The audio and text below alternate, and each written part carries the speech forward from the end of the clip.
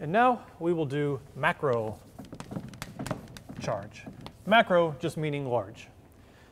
So in physics, we often talk about a body. So we don't really mean anything specific by body. Body just means a large object made out of matter. That's pretty much all it means. In electrostatics, one of the greatest things to use as a body is Teflon. Teflon has very useful properties, which we'll be showing you very soon. So when I first taught this class, I went back into the demo closet and said, I need the Teflon rod to do all the demos. And I was extremely disappointed. This big, beautiful lecture hall with 280 seats and full of students eager to learn about physics. And this is the Teflon rod in Physics 102 at Rice University. This is what I was given to demonstrate electrostatics. I couldn't live without it. So I got in the McMaster catalog and I bought this.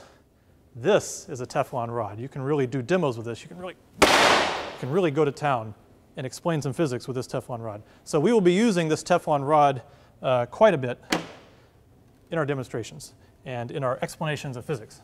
So our body is simply a Teflon rod, and it weighs 0.37 kilograms. So what's the first thing we want to do? Well, I guess if we want to think about charge in this rod, we simply say how much charge does it have?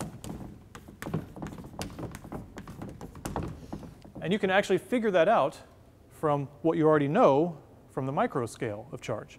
Because you could say, okay, this thing weighs 0.37 kilograms, and we learned that the mass of charge was very small, 1.7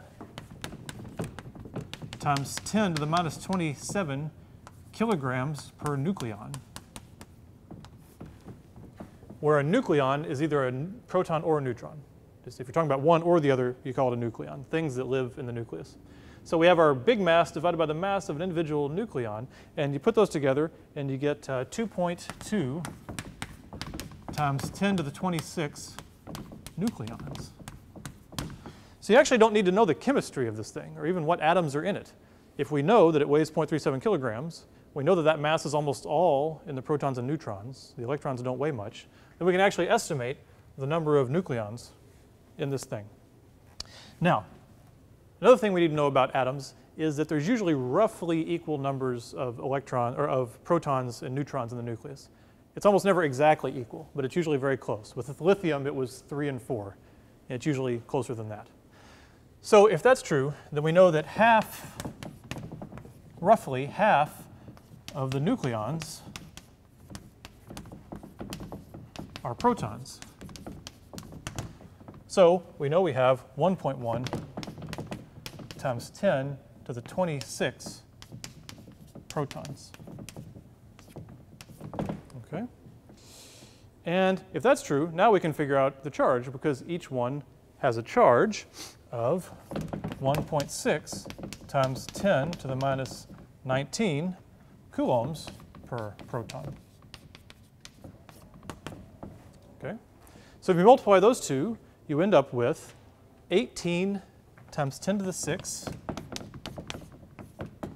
coulombs. That's 18 million coulombs. There are 18 million coulombs of positive charge in this macroscopic Teflon rod. Now, if I were really holding 18 millions of coulombs of charge, it would be the greatest demonstration you've ever seen in your life. It would blow you away. I mean, it would literally blow us all away. Out of the room, building would be gone. Okay? But we survived this demo. We aren't all, well, I guess only I and the cameraman would be blown away because this is a distance thing. But we survive because there's not just 18 million coulombs of positive charge. There's also 18 million coulombs of negative charge.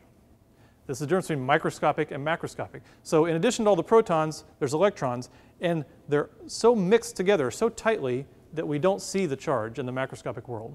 So it does have 18 million coulombs of protons, and it does have 18 million coulombs of electrons. But when you put them together, you get something that macroscopically just appears neutral. And this is how you have to keep in mind about macroscopic objects. When we say they're neutral, they're actually still fairly exciting. There's still a lot of charge in there. It's just completely mixed together and balanced.